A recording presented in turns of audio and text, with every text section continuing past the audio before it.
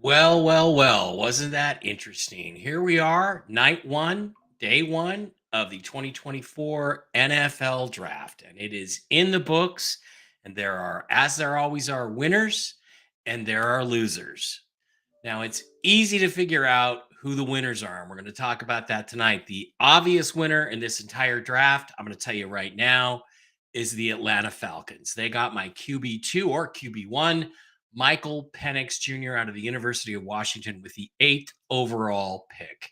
And the way that you know that it was a great pick is all of the draft experts who don't know their ass from a hole in the ground are telling you it was a terrible pick.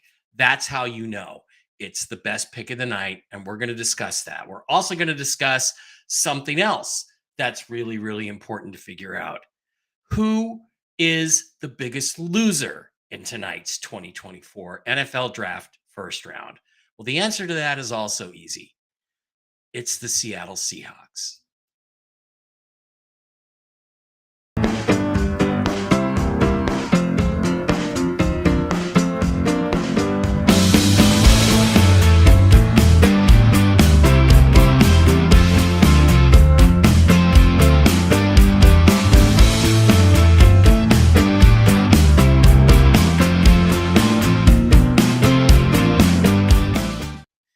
All right, welcome back. Thanks for being here. I was gonna put this off till tomorrow before the second round, but it just can't wait. There's too many things to be said. There's too many issues. There's too many problems.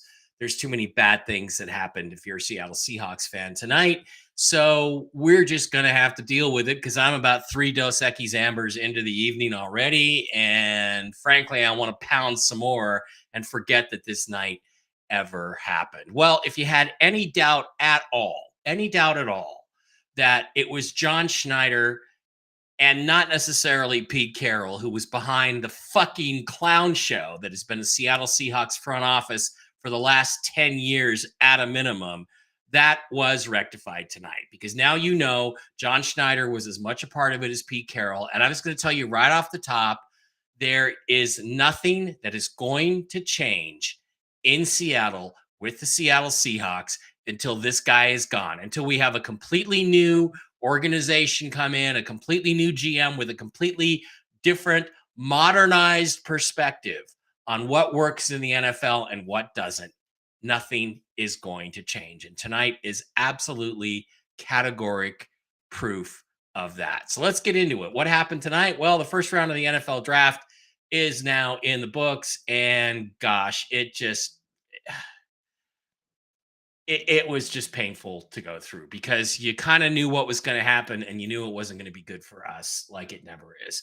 The Seahawks, of course, were very limited because they only have one pick in the first 80 picks in this draft. Only one. That's where the meat of the draft is because they traded away their second round pick to get a below average player named Leonard Williams, who didn't play up to expectations, did not play up to his pedigree, and absolutely stinks. Another way you can tell that this evening is a complete disaster if you're a Seattle Seahawks fan is you look at the guys who think it's great, Dan Veens and Seahawks retard Nelson and Brian Numskull. These guys are just over the moon. And even Rob Staten, who's normally smarter than this, is defending this pick of Byron Murphy, a defensive tackle with the 16th pick. And Rob will figure it out. Rob is the only guy out there who's smart enough to really figure it out, and he will. And we'll move on from that and forgive him for his trespasses in this particular case. All right, the draft started off as expected. Caleb Williams went number 1 to the Chicago Bears. Jaden Daniels went number 2 to the Washington Redskins.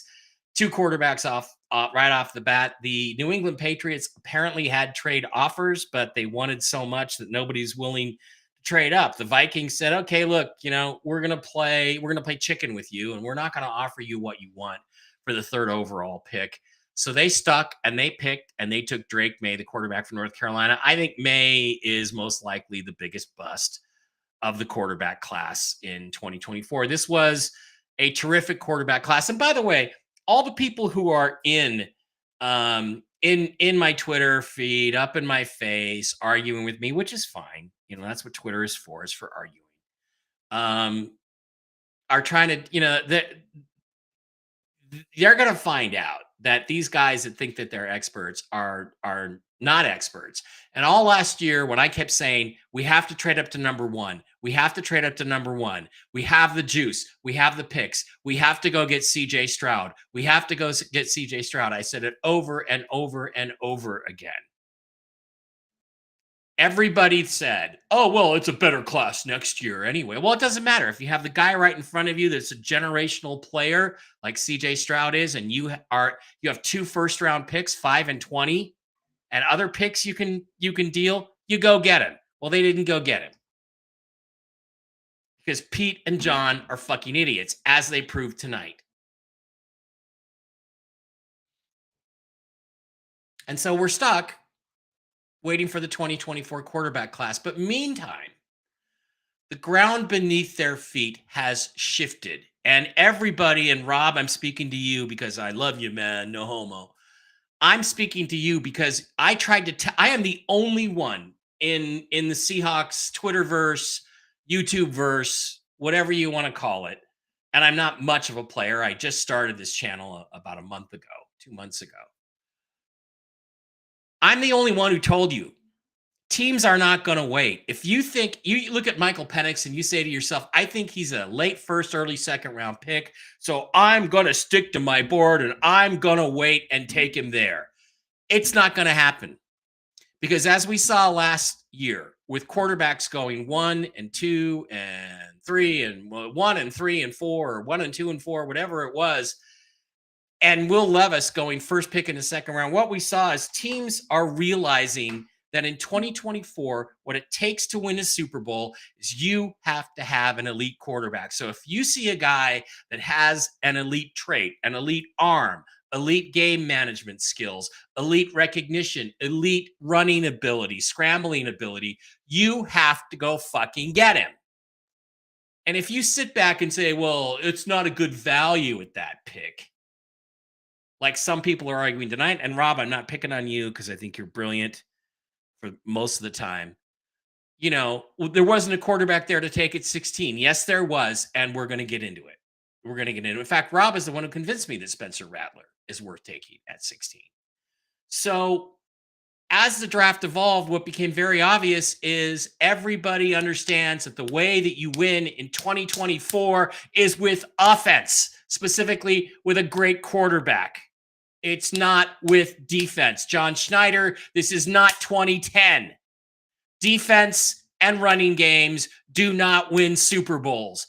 Great offenses and great quarterbacks win Super Bowls. I don't like the rules, the way they're set up, but that is the reality. And until the Seahawks engage in the game, start playing chess the way everybody else is playing it in this league now, we have zero chance of getting back to another Super Bowl. Zero, much less winning one.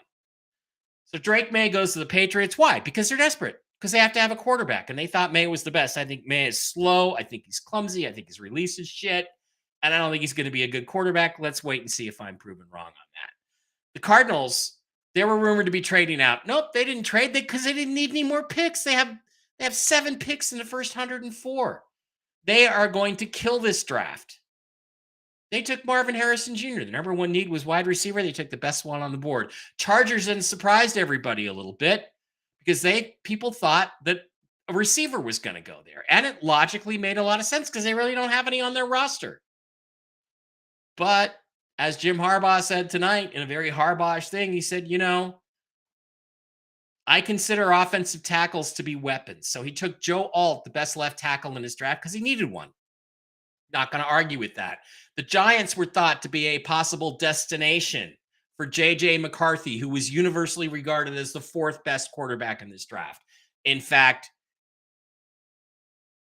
he's 7th. He's the 7th best quarterback in this draft. Well, yeah, 7th best quarterback in this draft, probably.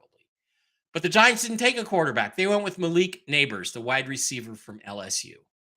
Then the Tennessee Titans, who were expected to take Joe Alt, then everybody had been mocking him there. Well, they went with the next best left tackle in the NFL, J.C. Latham. In the NFL draft, J.C. Latham from Alabama. Boom. Filled a need, left tackle, right tackle, whatever. And then the shock of the draft. Not to me, because I understand how fucking good Michael Penix Jr. is, because I've watched him throw the football live with my own eyes at Allegiant Stadium here in Las Vegas. And he is a phenomenal talent. RG3 told you last week what a phenomenal talent this guy is. I had him as my QB2. Probably should have made him my QB1 because I think he's that good. The Atlanta Falcons took him. The Atlanta Falcons, who just spent $90 million guaranteed, 160 over 4 years for Kirk Cousins. 90 million guaranteed. They took Michael Penix Jr. Why? Because he was probably the number one player on their board, and they were right to put him there.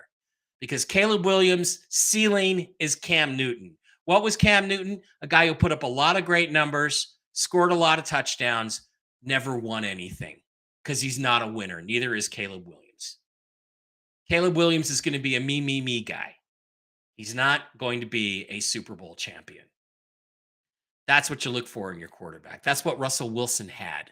The first moment I really watched Russell Wilson play, preseason game 3 in 2012 against the Kansas City Chiefs. Right then, I knew we were going to win. I thought more than one Super Bowl with Russell Wilson. I knew we were going to win the Super Bowl because you could see the leadership. You could see the competitive nature. You could see everything that's necessary to win Super Bowls in what they used to call intangibles and the amazing physical talent. But thanks to Pete Carroll, we only won 1 instead of 2 or 4. But that's water under the bridge. So the Falcons took him because he was the best player available. Didn't matter. He's much younger than Kirk Cousins. Now, the report is that Kirk Cousins is very pissed off about this. Well, okay, I'm sorry if I'm the GM. I'm just saying, hey, Kirk, I get it. You're the starter until we can trade you. Sorry. Michael Penix Jr. is NFL ready. He will be playing by the 4th or 5th. The first time, 4th or 5th or 6th week, the first time Kirk Cousins gets a nick, he's going to be off the field for the Falcons and he's never coming back. So I expect the Falcons, if they possibly can, to trade him at some point. Maybe they'll wait till the end of the year. I don't know. Depends on their cap situation, which I don't want to go into right now. But people are saying the Falcons are crazy. First of all, Penix isn't that good. He's overdrafted. They overvalued the quarterbacks. No, they didn't. Because there is nothing more important to winning a Super Bowl in the NFL in 2024 than having a great quarterback, having a great player who can throw the ball the way Michael Penix Jr. can hurl it. Nothing is more important. So they didn't overvalue him. Me personally, if I'm the Chicago Bears, Penix is the first overall pick in this draft, probably today. So people are saying, well, you can't have that much money invested at the quarterback position. This is the NFL. It's 2024. You literally cannot have too much money invested in the quarterback position. You literally can't. So I think the Falcons have a great shot at winning a Super Bowl in the next 5 years. Now that they've done this, good for them. You won the night. Chicago Bears had a great night. They got Caleb Williams, who's pretty good. Probably my QB2. Not as good as Penix in terms of intangibles and character.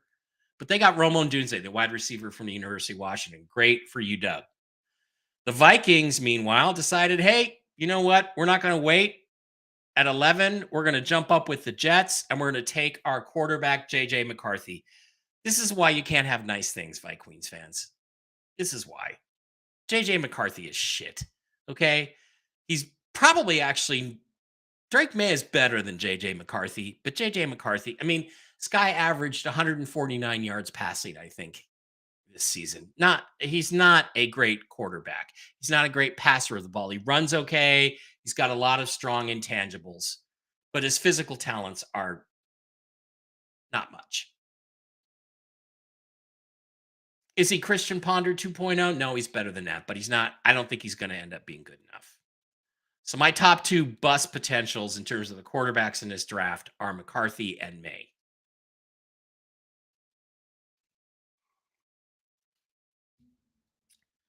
Jim Harbaugh won a national championship by not letting J.J. McCarthy throw the ball. He had a chance to take his quarterback today at number 5 and trade Justin Herbert for a king's ransom. He didn't do that. That should tell you all you need to know about J.J. McCarthy. Next come down the New York Jets. A lot of people thought they're going to take Brock Bowers, the tight end. Well, that would have made a lot of sense. Get another weapon for Aaron Rodgers, but also protecting Aaron Rodgers is just as important. They took Olu Fashanu, the left tackle from Penn State. Good pick, solid pick. Way to go, Jets. The Denver Broncos then shocked everybody by doing the completely obvious thing that they were going to do. They took Bo Nix, the guy who fits their shitty 2009 Sean Payton, throw it in the middle, 15 yards downfield offense. Nix fits it perfectly. I'll tell you something about Bo Nix. I also saw him playing that game against Michael Penix, and I came away saying both of these guys are first-round picks. A lot of folks don't agree with me. Rob had him as a third-round pick. He's not a third-round pick. He's a first-round pick. You know why? Because the Denver Broncos took him. Now, all these teams took quarterbacks. Why did that 5 quarterbacks, 6 in the first 12 picks? 1, 2, 3, 4, 5, 6 quarterbacks in the first 7. Yeah, in the first 12 picks. These quarterbacks are not overvalued. These teams simply recognize the value of the quarterback position. The Seattle Seahawks apparently do not. Because what happened next is that Brock Bowers went to the Raiders. Good pick for them. They didn't want to take the next quarterback on the list. The Raiders also, I'd heard from some radio people that they liked their quarterbacks. They're not they didn't want to take a quarterback in the first round. They wanted to take a talented player. They got Brock Bowers, probably the number 3 overall player in this draft. They got him at 13.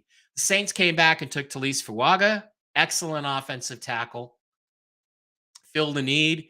The Colts were talking about moving up to get an edge guy. Well, they just sat at 15 and got Laiatu Latu from UCLA. Injury concerns, but hey, the guy is the best pass rusher in this draft. So then it comes to the Seattle Seahawks. And of course, just like clockwork, like they always do, the networks went to a commercial when the Seahawks were on a clock. So there were multiple things the Seahawks could have done here. All of the Seahawks Twitter sphere, YouTube sphere. Oh man, if that happens, I want Jared Verse. Oh man, if that happens, I want Byron Murphy. Oh man, if that happens, I want Cooper DeJean.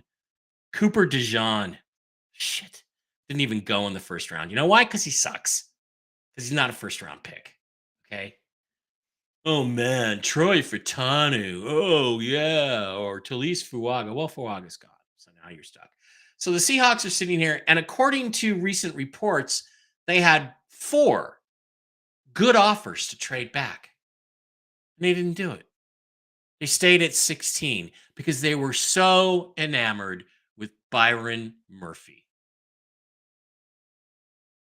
Now, the whole time, I'm sitting there praying that John Schneider is not as stupid as I think he is. Well, I was wrong. He is as stupid as I think he is. Because he took a defensive tackle. I don't care how good Byron Murphy is in scouts' eyes. I don't care how many of these amateur scouts are out there. Oh, he's such a great player. In order for him to be a difference maker on the Seattle Seahawks, he has to be at least 25% better than Jarran Reed or Leonard Hankins or Leonard Williams or Draymond Jones. At least 25% better than any of those guys to make a difference, to help the Seahawks win even one game that they would not have, that they lost last year by comparison. Oh, our run defense was terrible. We had to do this. No, we didn't. The run defense, guess what? Isn't going to be great next year.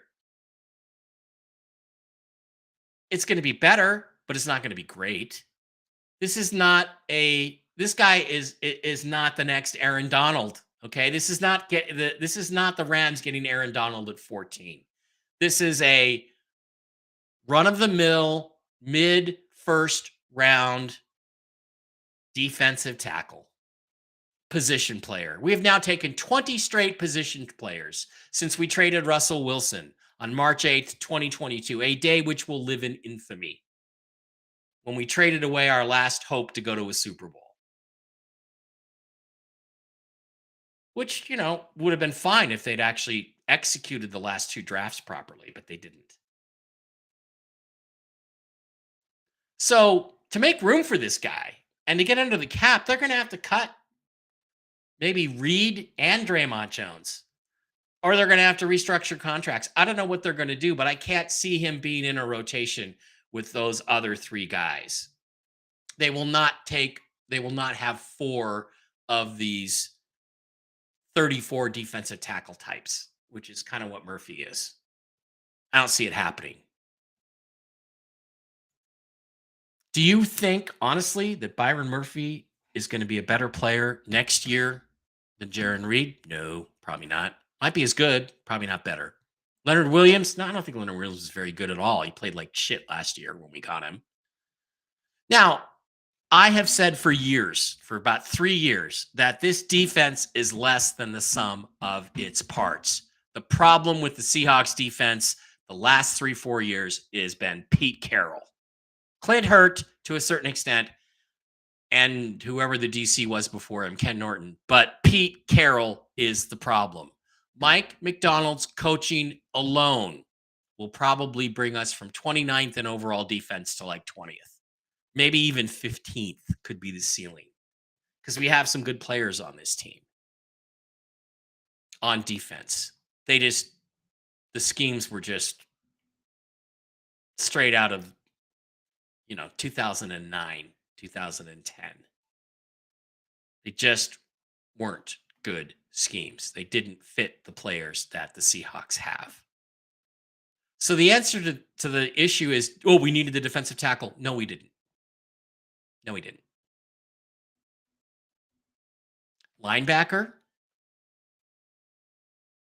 offensive guard, offensive tackle were bigger needs. But John already told us, I don't take offensive guards high, and I don't pay them a lot of money. Well, I'm going to tell you, I think that Troy Fautanu with Pittsburgh is going to be a bigger difference maker next year than Byron Murphy.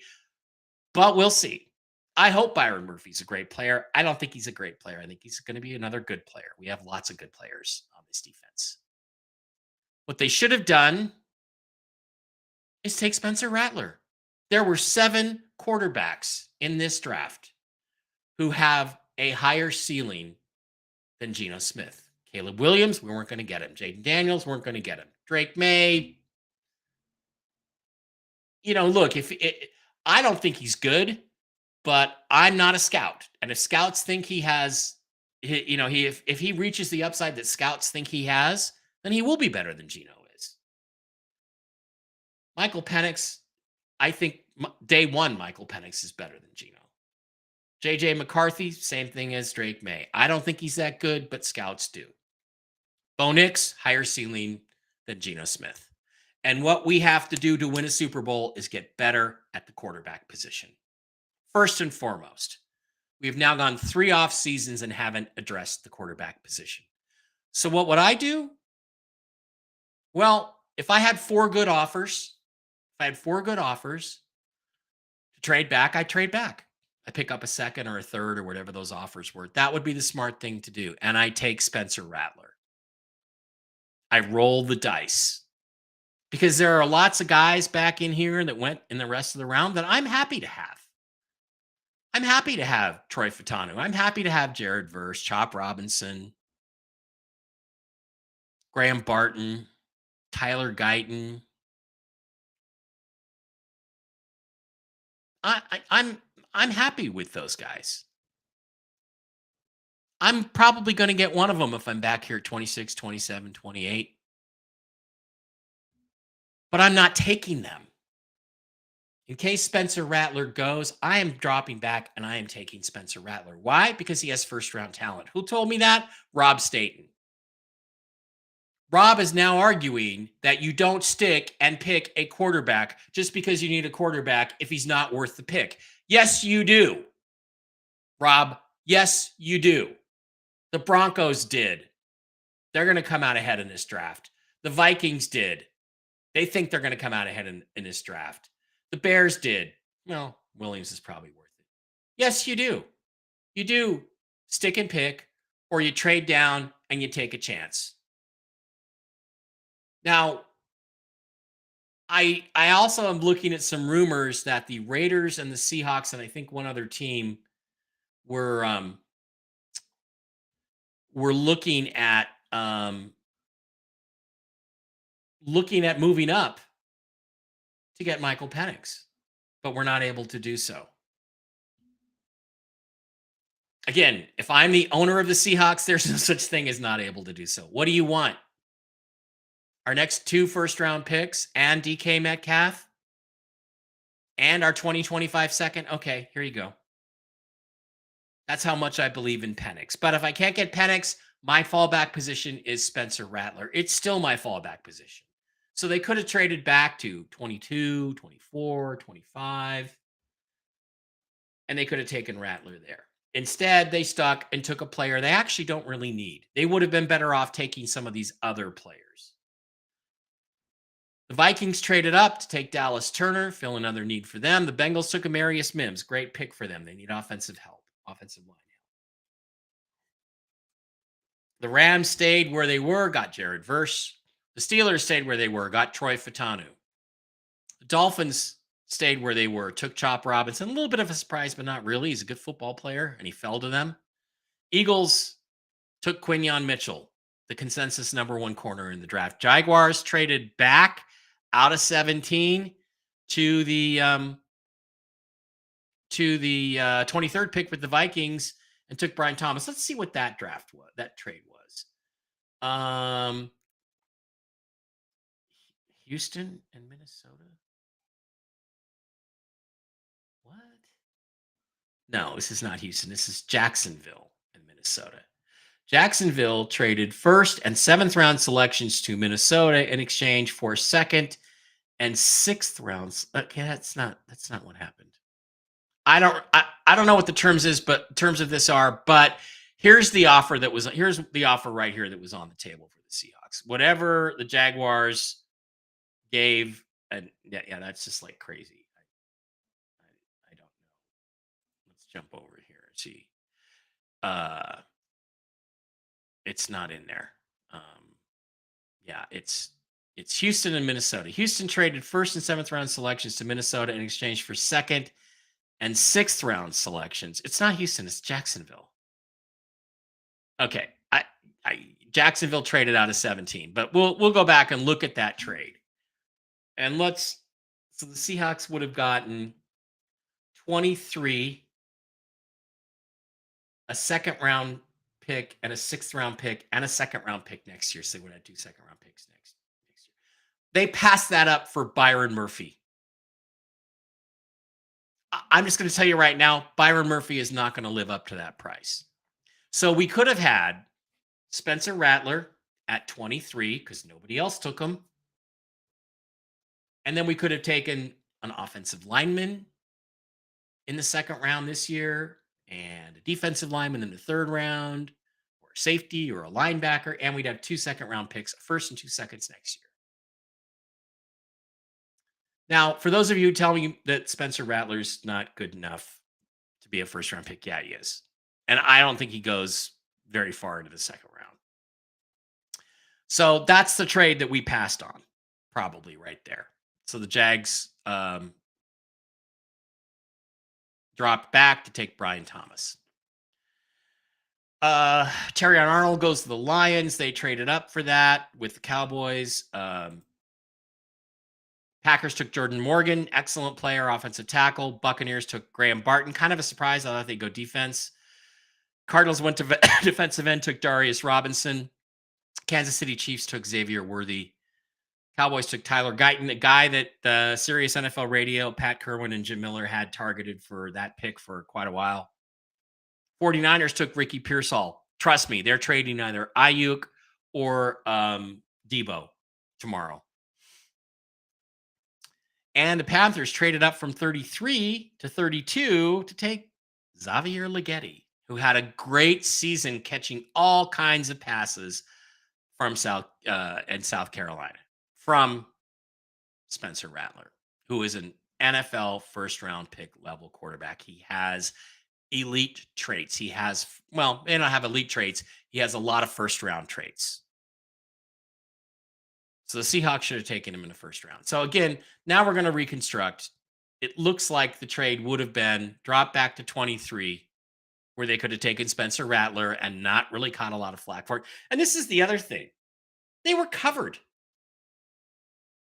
When Bo Nix goes 12th and JJ McCarthy goes 10th and Michael Penix goes 8th, you're free. You're not going to get criticized if you take Spencer Rattler at 16 or trade back to 23 and take him. You're not going to get criticized because those other moves were bigger, quote, reaches. And here's the reality in 2024. You have to reach to get a quarterback that's going to win you a Super Bowl. They're not just going to fall to you anymore. And Rattler is the last quarterback still left in this draft who has that kind of star quality. The rest of the guys are just shit. And that's probably who we'll end up taking if we take a quarterback at all. I can already see Schneider, oh, well, we tried to get a quarterback, but we just couldn't do it. So again, we could have had TJ Watt, but they wanted to trade back and take Malik McDowell in 2017. So really what the Seahawks did is they never really intended to take a quarterback unless it was Michael Penix at 16, which I agree with. That's fine. I'm glad they tried to trade up and get him, but when they didn't get him, they should have traded back, picked up some extra draft capital, and taken him at 23. That's what they should have done. Instead, they took a defensive tackle they don't need and who I'm not convinced is going to be any better than at least 3 guys they've already got on the roster. Reed, Draymond Jones, and Leonard Williams. What do we need another one of those guys for? They're not going to win. Byron Murphy's not going to win you one football game this year. And you might argue, well, neither is Spencer Rattler because he's probably not going to play right away. Well, maybe not, but Geno got injured last year. Geno's fading. He's getting older. Might have played this year. Might have won us a couple games, and that's not the point. The point is he's quarterback. And if you're going to win a Super Bowl, you have to have a quarterback with a high ceiling. And right now, we do not. So, where does Spencer Rattler go? At the risk of looking like an idiot tomorrow, I'm going to tell you, he doesn't get past the Raiders at 44. In fact, I expect the Raiders to trade up into the early second round to take Spencer Rattler.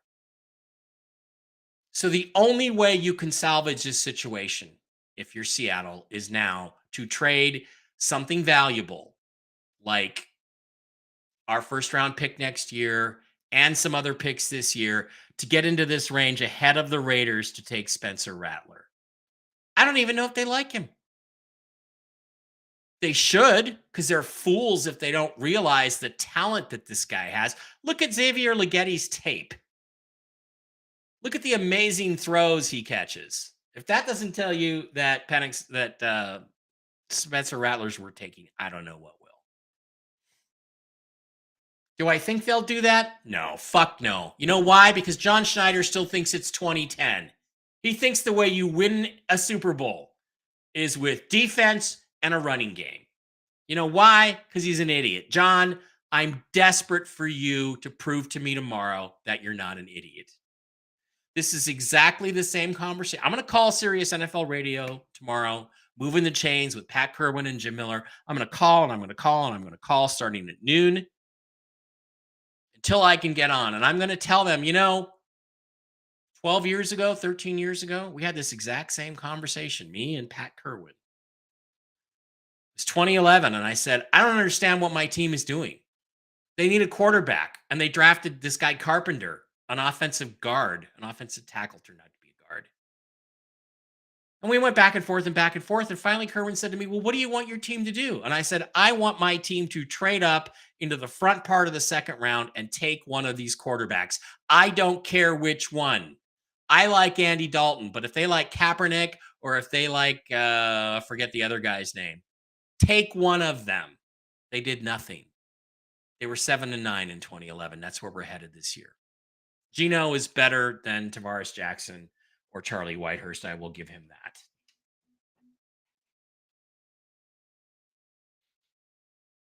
So he doesn't get past the Raiders at 44. And frankly, I expect the Raiders to trade up into this early round here and take Rattler. And when it's all over, John is going to go, well, we wanted a quarterback. We just couldn't get it done. You can get it done. You know how you get it done? You have the fucking will to go do it. This team does not have the will. And worse than that, what that implies is that the Seahawks do not recognize, they don't recognize what it takes to win a Super Bowl in this day and age.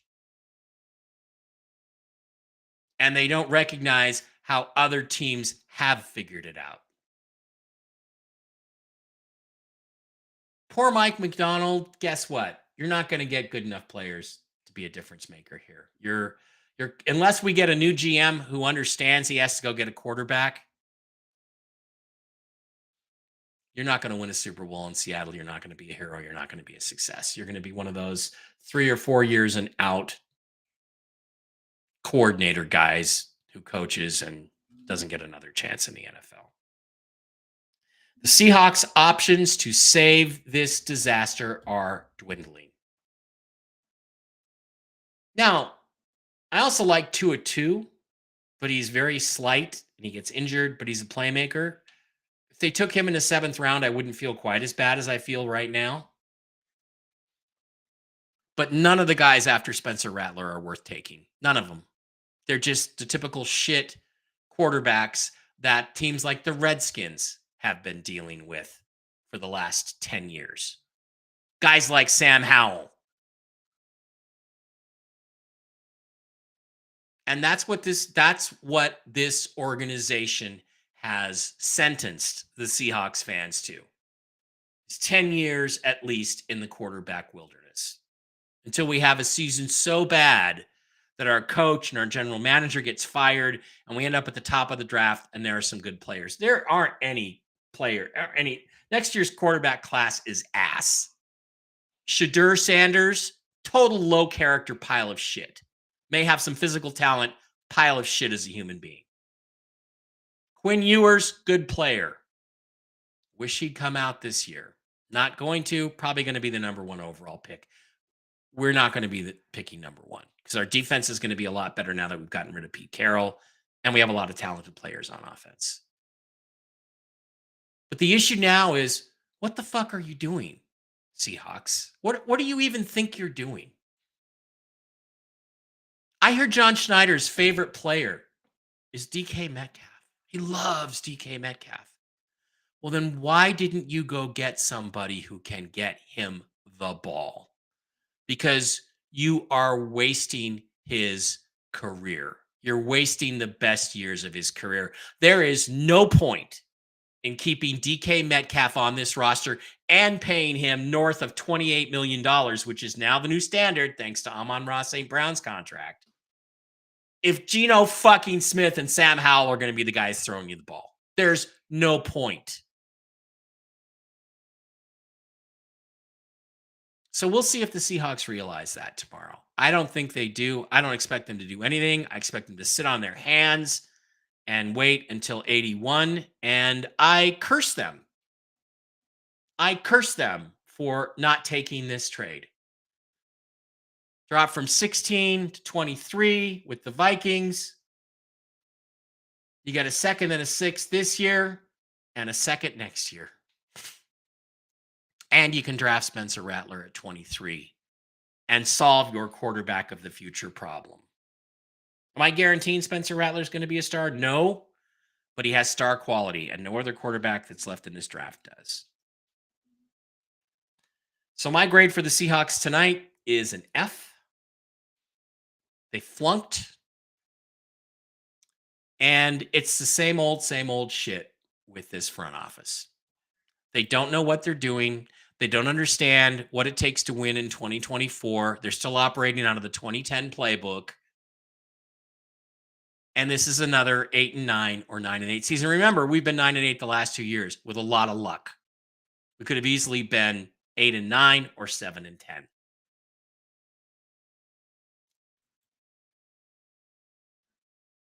So I don't know what to tell you other than this will not end well unless they somehow figure a way to now overpay and go get Spencer Rattler. That's basically the only option they have left to save this team. This is now 3 straight years where they haven't invested in the quarterback position. And Sam Howell is not what I had in mind. Should have gone after Justin Fields. Then at least we'd have some hope, something to look forward to. We'd have some physical talent on the roster. All right, that's it. That is the end of my rant. God damn, it felt good to do that. But I'd like to say go Hawks, but I don't see them going anywhere. Not until they address and solve this problem. And the rest of the NFL, based on what happened tonight, appears to agree with me. And don't forget, I am the only person in the Seahawks YouTube verse that told you teams aren't going to wait anymore. Value on quarterbacks doesn't matter anymore. Bo Nix is a second or third round value. Guess what? He's going in the first round. Oh, Michael Penix was a late first value. Guess what? He's going in the top 10. And deservedly so, because he should have been rated very high. Because these teams are desperate. The problem that the Seahawks have is they're not desperate. And they should be.